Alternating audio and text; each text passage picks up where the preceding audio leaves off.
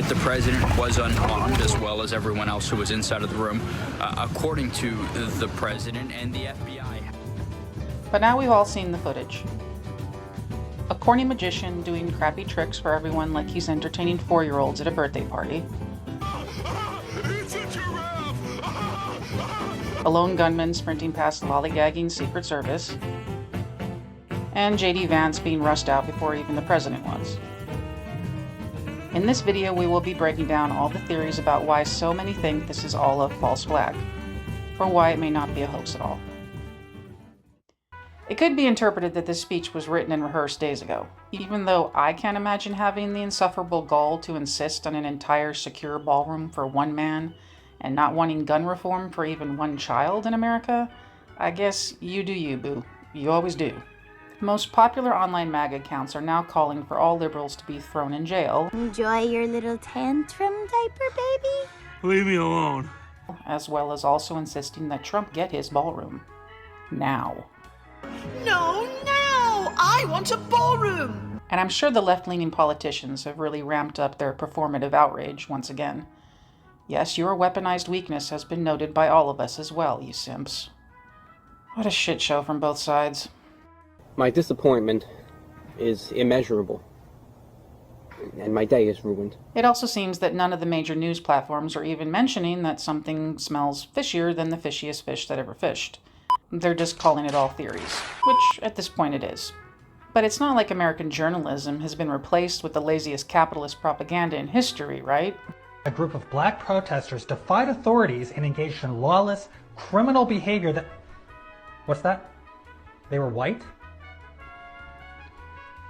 In a stunning act of bravery, a group of American patriots stood up to their oppressors in the name of freedom and justice. And it's not like we're justified in not trusting anything this administration says, right? When a country wants to take over somebody else, they start with dehumanizing language, they start with us and them, and then they builds and builds and builds until you have there's nothing else I can do except go to war. So before MAGA starts selling ear diapers again, or liberals start cashing in with sarcastic merch, there is a very compelling reason all of this may not be a hoax, though. The shooter's own words. The New York Post has apparently released what they are saying is Thomas Allen's manifesto.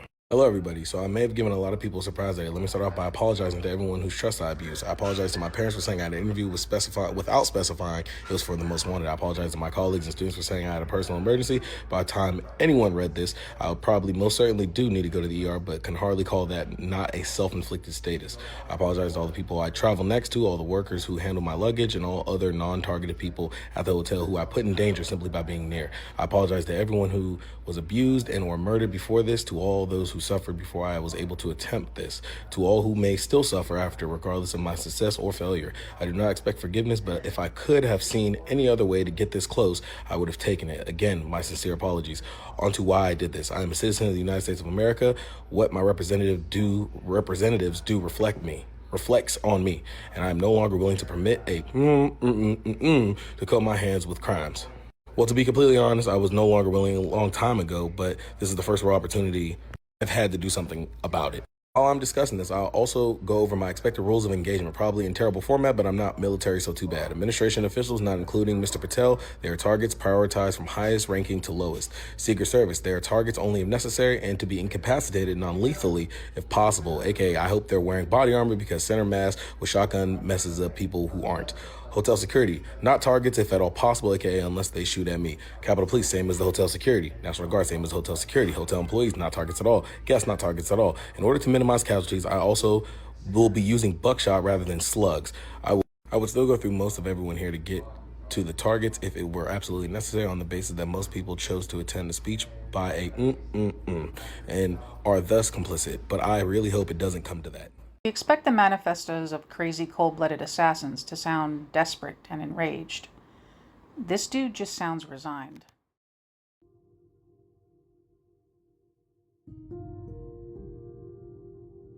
The shooter is identified as 31-year-old Thomas Allen. Law enforcement officials say he lives in Torrance, California, a coastal city in the South Bay region near Los Angeles along the Santa Monica Bay. The chief of Washington, D.C.'s police department said investigators think the suspect was staying as a guest at the Washington Hilton, where the annual dinner was held. Facebook posts appearing to be linked to Allen indicate he was recognized as Teacher of the Month in December 2024 by the Torrance branch of C2 Education. A LinkedIn page that appears to belong to Allen describes him as a mechanical engineer and computer science by degree, independent game developer by experience, teacher by birth. It also says he got a bachelor's degree in mechanical engineering from Caltech in 2017 and a master's degree in computer science from California State University last May. A 17-year-old student of Cole's said he was a good teacher and called him a smart guy. You wouldn't expect him to be plotting some crazy evil plan to kill the president, Jason said. He was just quirky because he was just really smart guy. A White House official told NPR that Allen sent his family members what the White House is calling a manifesto minutes before the incident took place at the Hilton Hotel. The Secret Service spoke with Allen's sister. In that interview, Allen's sister said that her brother had a tendency to make radical statements, and his rhetoric constantly referenced a plan to do something to fix the issues with today's world. Cole Thomas Allen has been charged with attempting to assassinate the president. Now, I have also heard that Cole's race fits their narrative too conveniently. Well, yeah, but this administration has also targeted people who look like him the most, so I suppose it would make sense he'd be the most angry. Now, I know he clearly wasn't thinking straight, but it's strange that it never crossed Cole's mind that if he failed, he would really be helping the president. He's an educated guy, and this took some level of meticulous planning, which means he must have thought about what would happen if he missed. Why not just attack after the administration loses and they refuse to leave? They're already hinting at a third term. Why risk failing and then guaranteeing Trump gains sympathy votes at the most convenient time possible? The main takeaway is this helps Trump either way. His approval ratings will go up, which may help him win. If he loses, he can refuse to leave and hunker down safely in his ballroom bunker. Nothing feels real anymore. We're living in our screens, and so reality is content and content is reality. And so what happened last night is obviously being met with incredible amounts of skepticism online, because everything that happens seems to be scripted in the way that it fits into these narratives that are being driven by our screens. Right. And so one thing that's kind of amusing is this idea of condemning political violence, because when it comes to empire, it's never actually about condemning political violence. It's about cornering the market on who gets to apply political violence and what language is used around said violence. Right. The war in Iran, violence. The genocide in Gaza, violence. Right? Inaction on climate change, political violence, right? The closing of USAID leading to 700,000 deaths, political violence. We live in a world driven by political violence, and to watch the kind of like participants in the world's biggest propagator of political violence, the United States government, kind of like cry these crocodile tears and pretend that it has no place in our society is actually funny. Like, let's have a conversation about political violence. Let's have a conversation about all of the ways our government is seemingly seeking a mass death event through all of their policies and all of their kind of psychopathic applications of American power, or their ability to do nothing, their ability to cut programs, their ability to look the other way, right?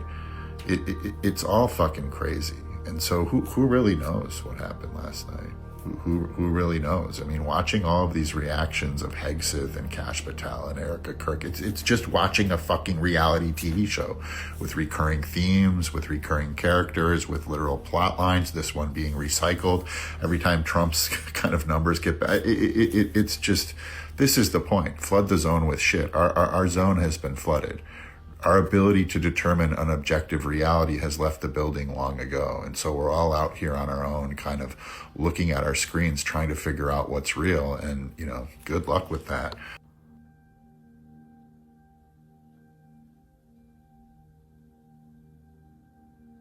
Maybe instead of more of this bullshit, we should be talking about why the American public has lost trust in the administration so deeply that the first thing most people thought was it's staged.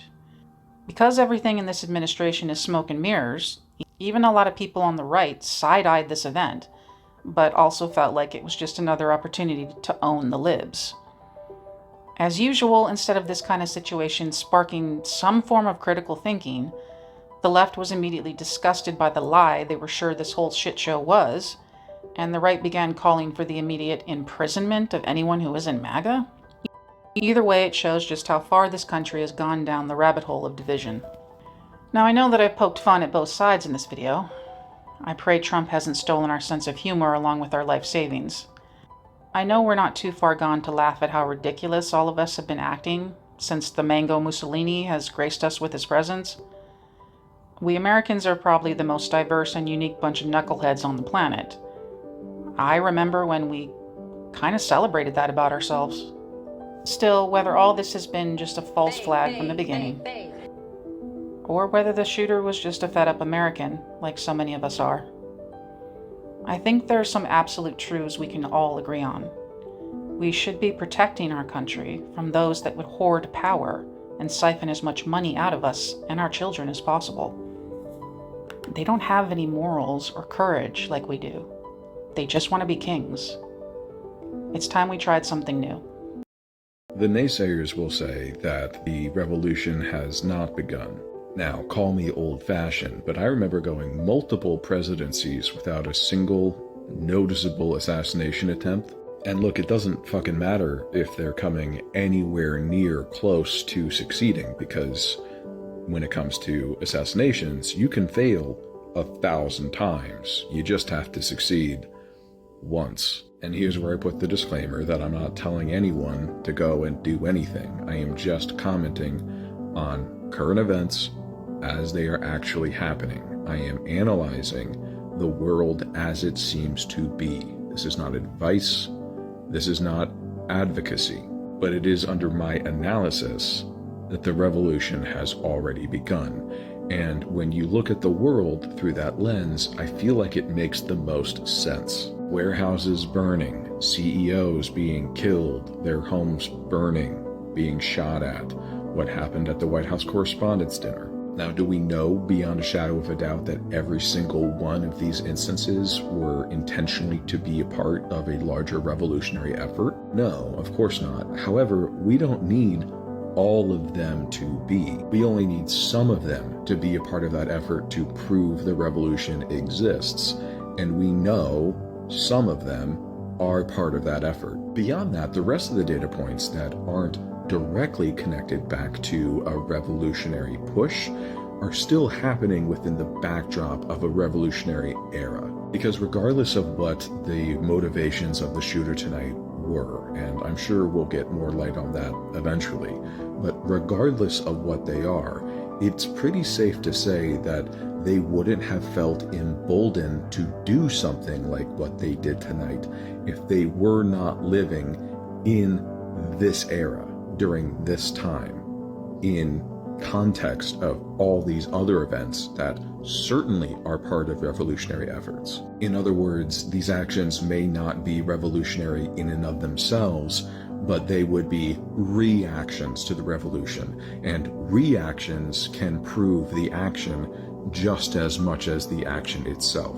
So again, the real news tonight is that the revolution is alive and well. And no analysis or plan that you put together is going to make any fucking sense unless you act accordingly, with that understanding, with that knowledge. There's honestly no need for a bloody revolution, folks. Just stop going to work. You literally don't have to do anything. Just stay home and stare at a wall. Within 1 week, the capitalist authoritarian regime will panic. Another week, it'll bend. Soon, it'll break, if we want it to. They absolutely cannot fire or imprison all of us. We prop up the system by funding it with our blood, sweat, and tears. And it will topple without us. History has proven that time and time again.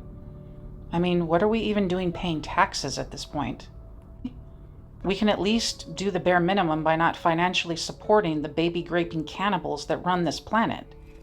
Just stop feeding the beast. You have the 25th Amendment for a reason. I will conclude this video by acknowledging how terrified I know everyone is. It's understandable that trusting each other at this point is scary as hell.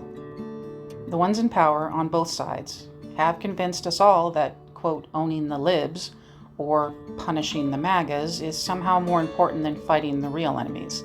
It's smart. In fact, they've been doing it for thousands of years. Don't let Trump or anyone else own you like that. We are not MAGAs or libs. That's not who we are. We're Americans. We're just fucking people. We all just want some peace in this life for ourselves and for our loved ones. And we've let them brainwash us with fear and hate for far too long. Aren't you tired? Don't trade your freedom in like a cheap trinket just because you've become comfortable with hate. Be brave, and don't let each other down. If I missed any theories, please drop them in the comments below. From one rage monster to another, I hope you find a soft place to fall, and some peace in your own skin. Take care.